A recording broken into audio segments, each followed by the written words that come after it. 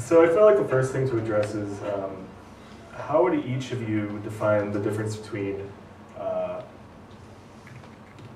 comedy and fiction and humor writing? Because I think there's obviously a huge difference between the two, but I don't think a lot of people might get that. You want to start, Sam? Thank you. You're right here. The guy next to the guy. Well, it's always been a pretty rough definition in my mind, but I've thought of humor writing as something that just really goes for the joke and is often fairly lighthearted and perhaps unwilling to stab too deeply. And I guess the comic is something that really is connected to the tragic, for me, the interesting stuff is the work that gets its comedy from the darkest things that we face. I don't know what humor writing is. What is that? Andy Borowitz?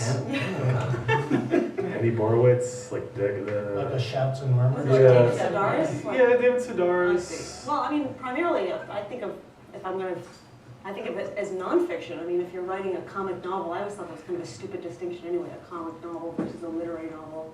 I mean, there are good novels and bad novels. Right. And if they happen to be funny, that's great. But I mean, I think Sam's right. Comedy's, when it's working at its best, is, I guess, a method of, a means of engagement that perhaps you can't get if you're just being utterly sincere and earnest. But, comic writing, humor writing goes for the quick laugh, and it's probably slightly more accessible and maybe palatable. Yeah. Well, yeah, I mean, the distinction too, they don't have panels on the solemn novel. But for some reason, there's this distinction here. I don't necessarily see it as useful all the time. Jim? The agonies that sort of power literature, the conflicts, they so often veer over into the comic anyway. I think of a story like Nabokov's Cloud Castle Lake, in which this Schlemiel wins a paid vacation in Nazi Germany in 1938, and he has to take it. You can't refuse. And he finds himself singing songs like, come with us with the steel and leather guys, come with us where the field mouse screams and dies. And you just have, and there, terrible things happen to him, but it's the absurdity that's built into the pain is sort of, you can't separate it out, really. Humor writing, I define as writing that is simply trying, as Sam was saying, to make you laugh and not to engage some of the complexities that literature is up to. So just relax and have fun.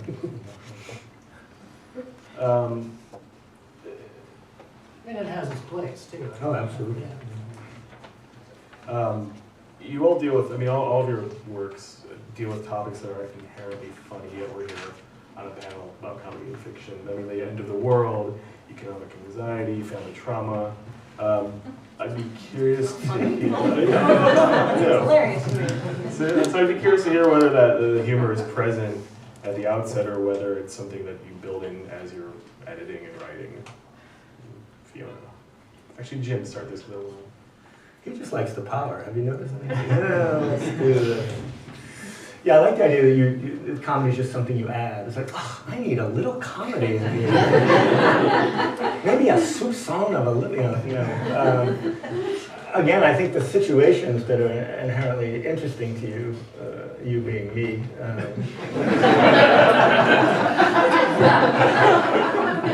have that sort of thing where you're like, could you believe this? This was, and you're laughing and you're crying at the same time, kind of thing. And so that. And also, a lot of times I'll write a scene or show something to somebody, I'll go, that was hilarious. And I go, yeah, that's right, it was. I did that the whole time. Yeah, I meant that the whole time. So it's always an intrinsic part of it from the very get-go. I definitely don't go out of my way to be funny. Probably just the opposite, I think. When comedy isn't working, when it's failing, it's usually some kind of way of deflecting or defending against emotion, and that usually is my default way of dealing with the world. And usually when I approach my work, my first response is always, let's be funny about this, just sort of naturally.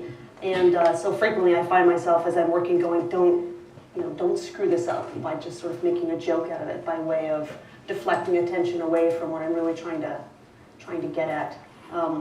So no, I think almost the opposite. I mean, when your baseline way of dealing with the world is just drollery, I think you actually actively have to work against that. And especially for you, something I find interesting is there was that 5-year span between your 2 books. Yeah, that wasn't funny at all.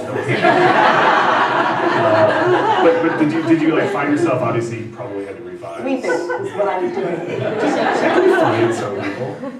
Tears of a clown. But did you find yourself like revising and being like, oh, that could be funny, or that's funny, or that should be? Comedy really wasn't the problem with this book. No, I revised multiple times, but it wasn't because it was too funny or not funny enough. It just wasn't very good, I think, and that was really the problem. It was just sort of a mess. Yeah. And so I had to just keep working on it over and over and over. And it was also really long. It was sort of bloated. Perhaps it had no point. There was a lot of, I encountered all kinds of problems. But I'm actually surprised people who've read the book so far seem to find it actively funny. And I haven't actually found it so funny, personally. I remember I read a Paris Review interview, maybe Bridget out there can remember who it was, somebody who said how he just loves when he's writing to make himself laugh. And I thought that was the most appalling thing I'd ever heard. Laughing at your own work, it's got to be awful. So what with The Ask? I mean, The Ask is everyone. It's the funniest, best book of the last 10 years. And what about you? Did you find yourself going, oh, that could be funnier there, or? I mean, I felt nothing but fear and anger. And I'm glad I'm drawing this out of you guys. Yeah, I mean, you're not finding a lot of disagreement on this panel.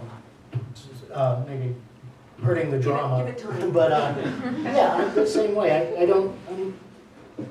Well, maybe I might throw away a lot of funny stuff just because it's for its own sake and it's not working with the book. And and I don't sit down. It's sort of the way you don't sit down and say, I'm going to now write this scathing critique of capitalism in fictional form. If you do that, at least in my experience, you are staring at a blank screen or page for a long time. But if that's something that's really in you, that's something that you've been thinking about and has been burbling in you all this time, the satirical stuff, the comic stuff, the political stuff, whatever it is that you care about is going to come up if you just keep writing and if you just stick to smaller things, and you will see that stuff emerge. And if it doesn't emerge, it means you weren't really thinking about that in the first place. You were just trying to slap on a concept onto something else, and maybe you're writing something entirely different. What about with the recent book, with the recent collection, for instance, Volume 1 did the video with you where we went to the gaming shop in Williamsburg, I think it was. Do you find some sort of catharsis, like writing about these things that, I mean, gaming is considered this like geeky thing. But people think it's funny that you're writing about it now. Do you find you're getting something out by being able to channel it? Well, it's never really. It's maybe cathartic for a few minutes, in the course of a book. But really, your job is to create feeling in other people. So I'm not really out to for my catharsis in writing stuff. But touching on it's just strange how that stuff can get received, because I did play some Dungeons and Dragons, and I didn't think it was a big deal to say that I had and to write a story that touched on that experience. But suddenly he reveals his geek past. He's a writer, wasn't he? He became a writer because he couldn't be a dungeon master and things like that.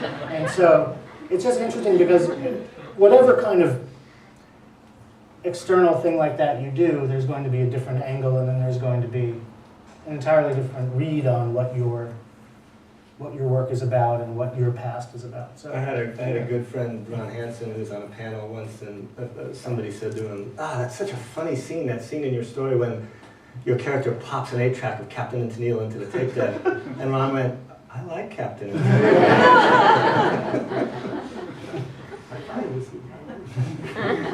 Still, you'd rather have people think your work is funny than not. Yeah. I would imagine, but that's, Unless you have no intention to be. I mean, I feel like there are plenty of writers who don't want to be thought of as funny, Yeah. who might be insulted by, but it's something I would imagine, I don't know. But, I could be wrong. Now, Jim, when I read a title of a story like Trample the Dead, Hurdle the Weak, or Your Fate Hurtles Down at You, it really has me wondering, as you know, when I see that, like, what the hell is this about? What is Right. this? And That's a good thing, right? no, I think but I think you're wonderful at this. And what I was getting at in terms of comedy, trying to tie this all back together, is that it sort of works like a setup for a joke, where you're like, here's the setup, and the entire story. I'm not trying to say, but it's like the punchline, and there's this.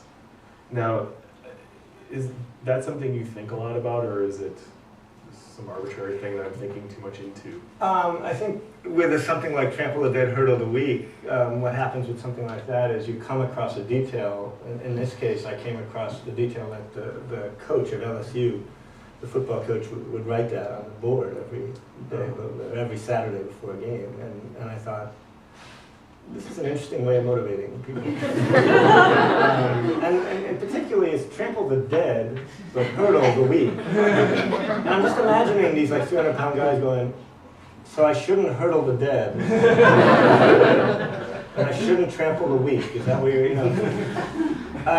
and that sort of gets something going in your imagination that has to do with paradox, it has to do with absurdity, it has to do with all sorts of things that comedy lends itself to, or that lend themselves to comedy.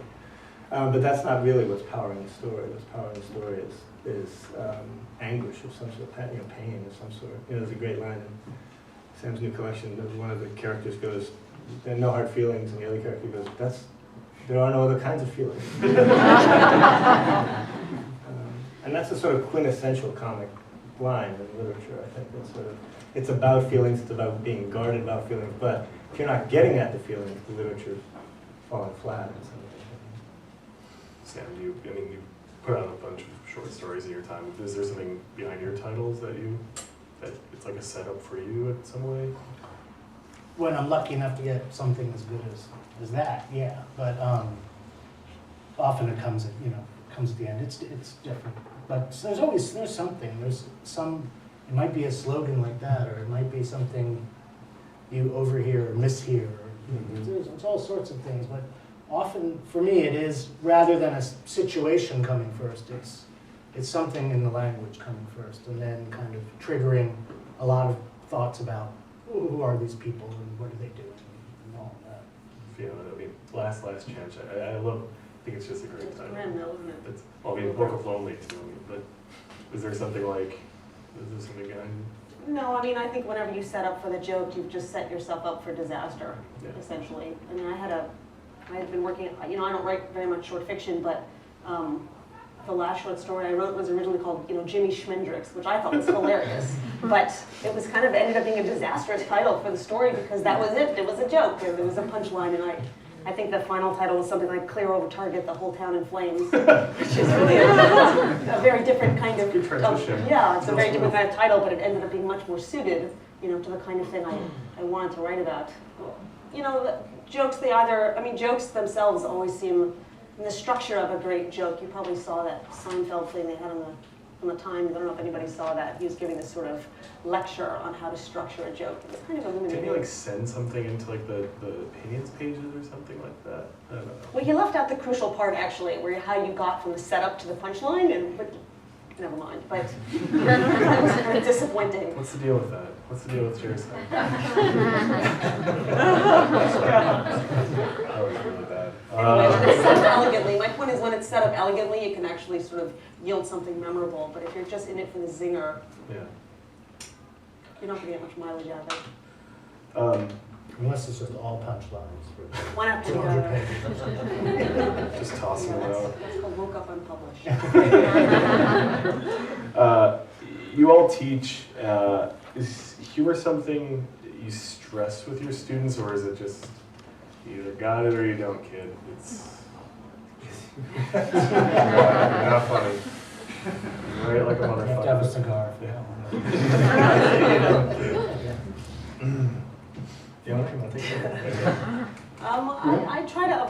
tough love approach Yeah. to my students. I don't want them all to start crying in the middle of class. But it's true, a sense of humor, you sort of, I think, either have it or you don't, but you kind of also have a lot of things where you don't have them. Yeah. I mean, I don't know what exact the ratio is, but maybe 80%, 85% of what we do can probably be taught, and 10% is just, you either have that or you 10% don't. is So just dysfunction. yeah, well, that's a talent. So no, I mean, if they've got a sense of humor, I rejoice. They've got a real powerful voice, then I think that's marvelous. But my experience in general is that the better the student, the lazier they, like the better the writer, the lazier they are.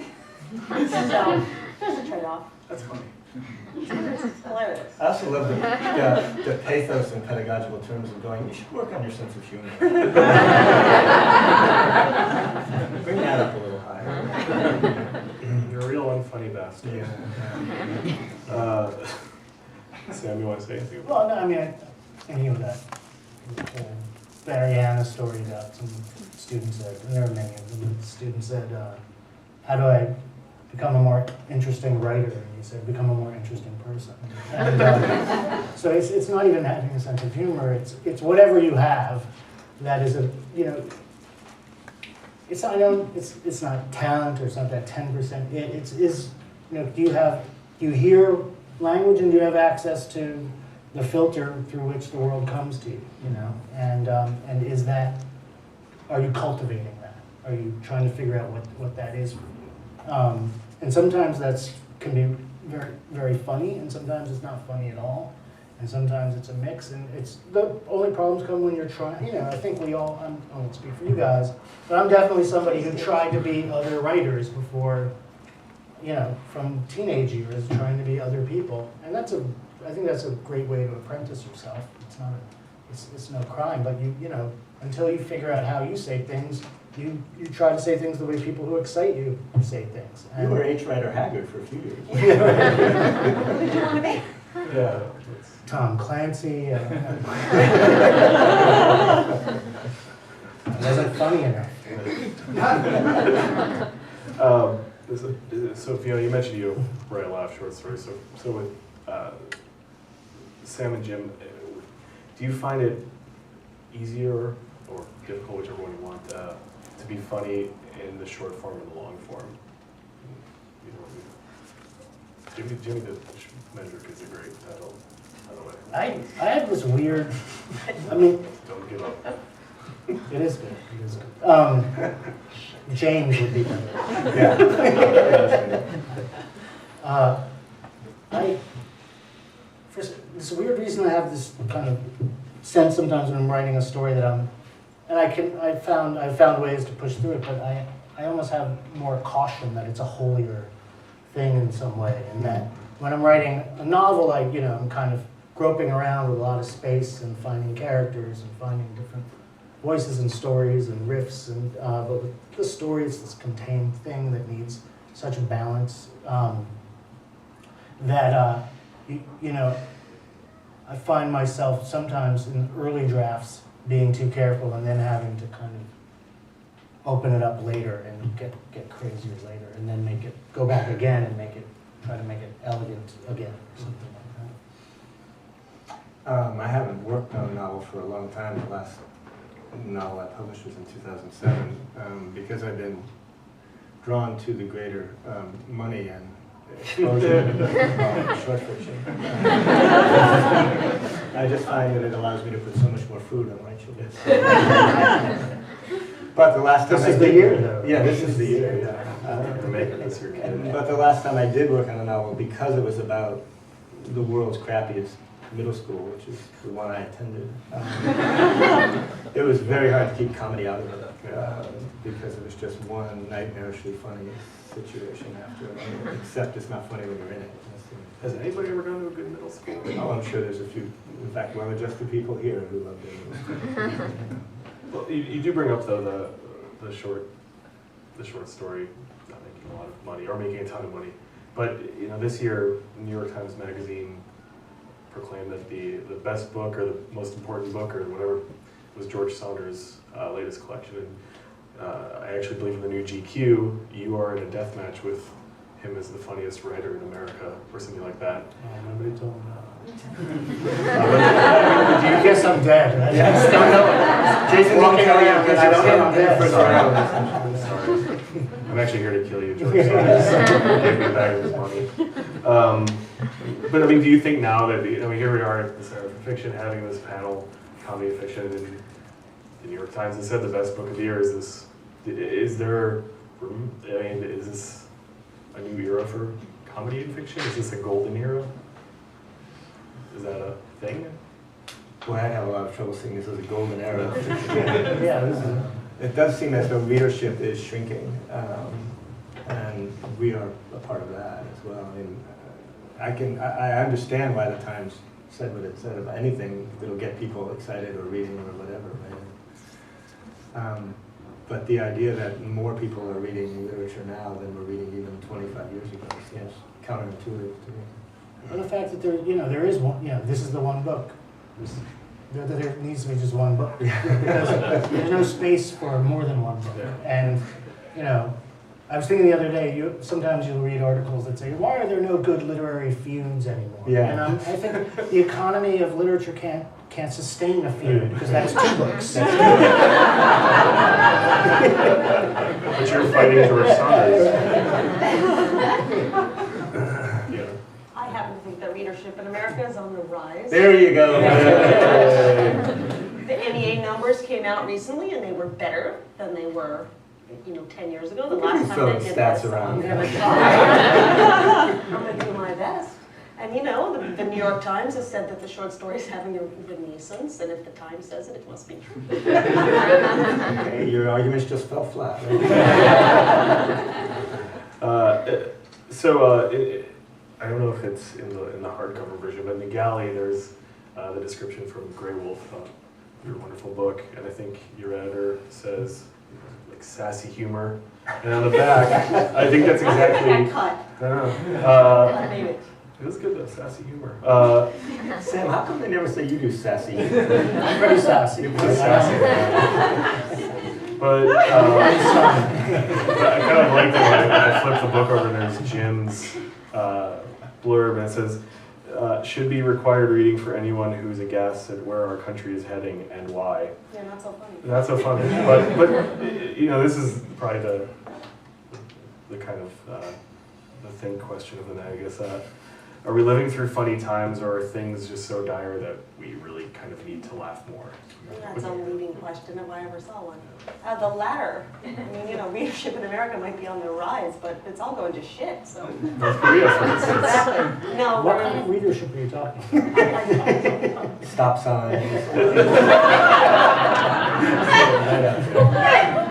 it's true, and almost anything counts as a book, according to that study. Okay. No, I think we're living in some very dark, bleak times, probably no bleaker than ever though. Yeah. But, our job as fiction writers is to be ever mindful of how bleak things are, and to find a way to communicate, to find a way to get people to engage, with just how bleak and dark things are. And sometimes, comedy is that vehicle. Sometimes it can be a great, means of engagement, but sometimes it's just also, I don't know, it's a little bit maybe an act of self-forgiveness. Sometimes on the page you've reached a point of such self-loathing and self-laceration, and you've crucified yourself and everyone to such an appalling degree that you have to find a way to kind of relieve some of the tension there. And so sometimes it's a kind of a gesture of self-love. Either of you guys want to weigh in? Both Sam and Fiona are such virtuosos of humiliation that I always want to be. and their writing as well.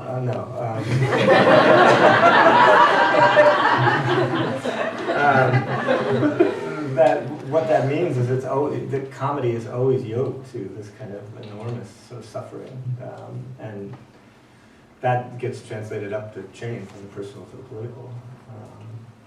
And it is a way of coming to terms with it. It's also a way of registering the lunacy of it, and that's also part of what literature is trying to do, right? Is show us better ways out of the wilderness. So Fiona can say, that stuff that's going on in North Korea, am I crazy or are they crazy? That kind of. What's the deal with North Korea? Yeah, exactly.